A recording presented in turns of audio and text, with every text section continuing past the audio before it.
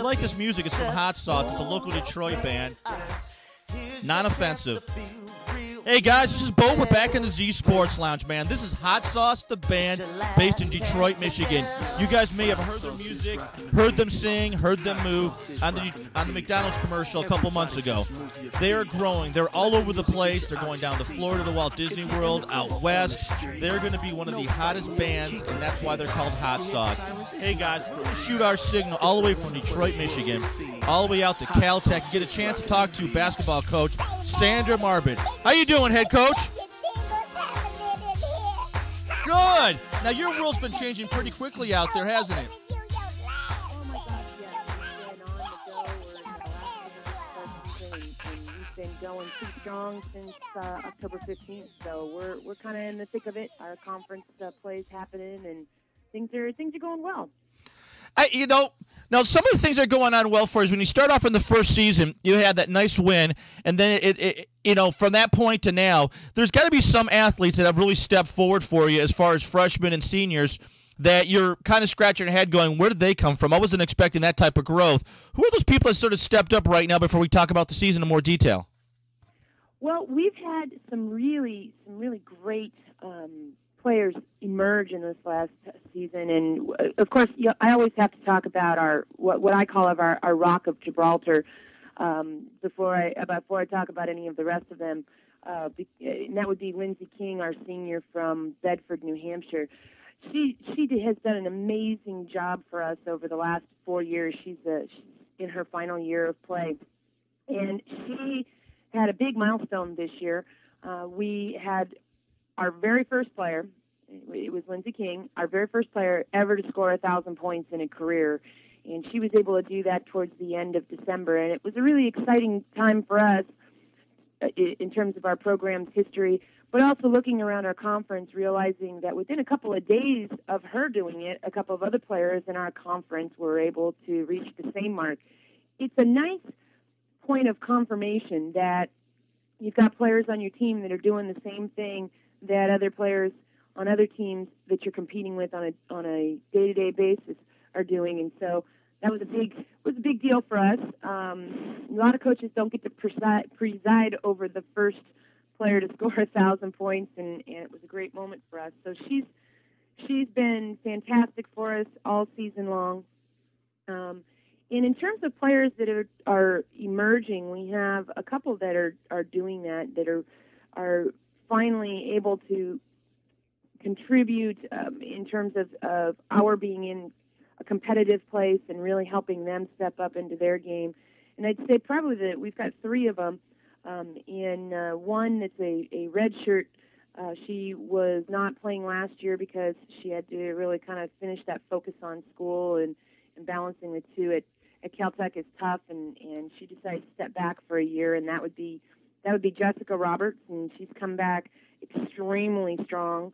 She's what we call a redshirt sophomore. She's academically a junior, but athletically a sophomore out of Fort Collins, Colorado, and she has just been tremendous. Her defense, the last maybe month, has been out of this world. She has held some big names in our conference to very small scoring games. One in particular, we played the University of Laverne, and they've got most likely the player of the year in Melissa Raya. And Jessica, who we call her Crash, her first year in school, she fell down a lot, got tripped a lot, or as she drives through the key, she's very light, what I call light framed. She gets bounced around like a pinball and ends up on the floor. So we call her Crash. And Crash was able to hold this potential player of the year to 5 points. She'd lit up for 28 and 26 in the two games before us, and here comes little old Caltech, and we held her to 5 points. And she did it again the next couple of games with their key players that were averaging, 15 points, 20 points a game, and so she's been tremendous. Our sophomore from here in Los Angeles, Lisa Yee, has just every day gotten better and better and better. Probably the most physically gifted athlete in our conference that is starting to come into her own, starting to gain her own confidence in the college game, really starting to show what kind of player she's going to be in the future seasons. and it's amazing. But I got to tell you, this kid's got some skill.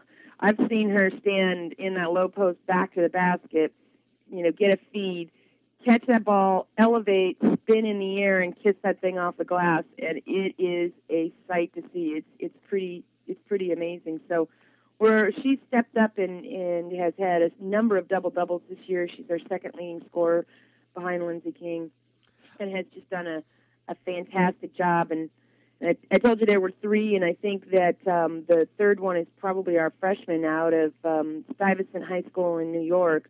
Her name is Leisha Lee. And, of course, we have lots of nicknames on our team, if you can imagine, with Lisa Yee and Leisha Lee. Yep. It's a tongue twister.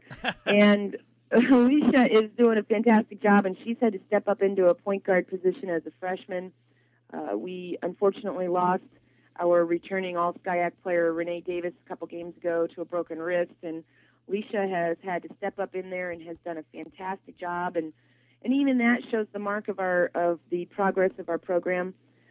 4 years ago, our freshmen were playing whether they were freshmen or not, and today our freshman has played, but now she's having to step up into a major role in starting, and she's able to do that after, about 2/3 of the season of being able to learn and not have to be in that primary role for a while, and that's just a good mark of progress for our program, and she's doing a fantastic job with it too. Now, Miss King's point total, there's a lot of people hear totals, like you hear of baseball, basketball, when people hit marks. When you score 1,000, what does that exactly mean on a season? And what's the average she has to score to make that goal? Obviously, she's got to play almost every game to get close to that number. What is that like to put in really perspective for people who are listening, who are going to pick this up and follow it? Well, especially at the collegiate game, I think regardless of where you're playing, who you are, what level you're playing at, 1,000-point scorers are pretty significant.